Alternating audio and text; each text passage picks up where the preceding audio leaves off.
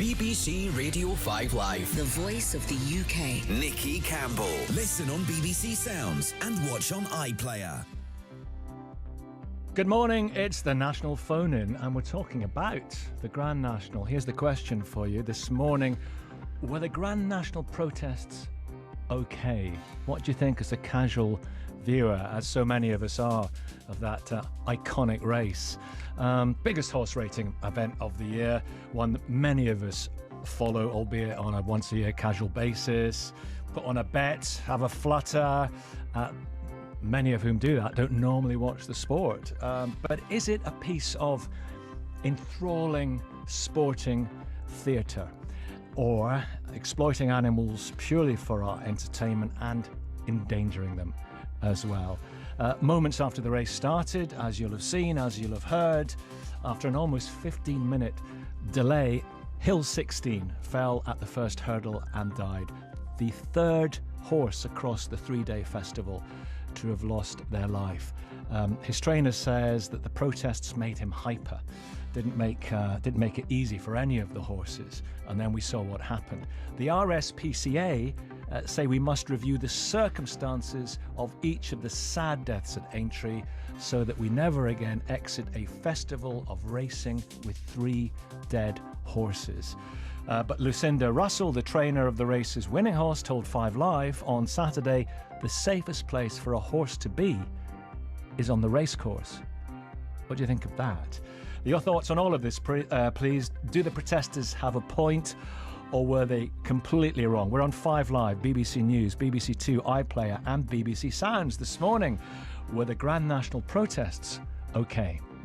This is BBC Radio 5 Live. Call free 08085 909 693. Text 85058. Text will be charged at your standard message rate. Visit bbc.co.uk/5live terms for our terms of use. And here is the news from Nick Hatfield. Thank you, Nicky. Good morning. The trainer of a horse that died during the Grand National has blamed the incident on delays caused by protesters. The start of the race was held back for 14 minutes after activists got on the track.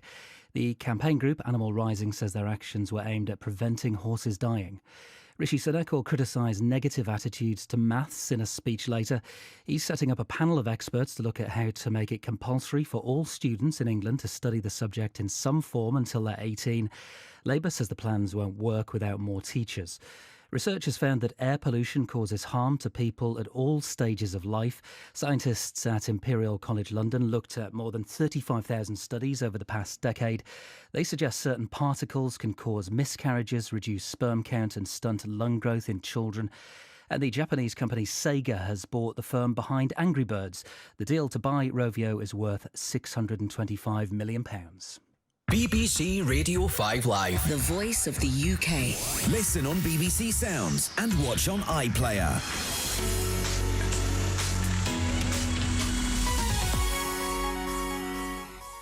It'll be so interesting to hear what you think about this iconic event, the Grand National.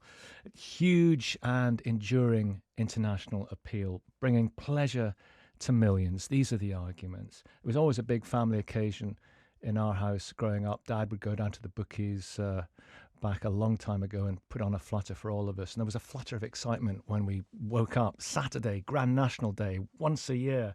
Extraordinary. It was something mad. Just as a kid watching, something mad and marvellous about that exhilarating stampede twice round the course.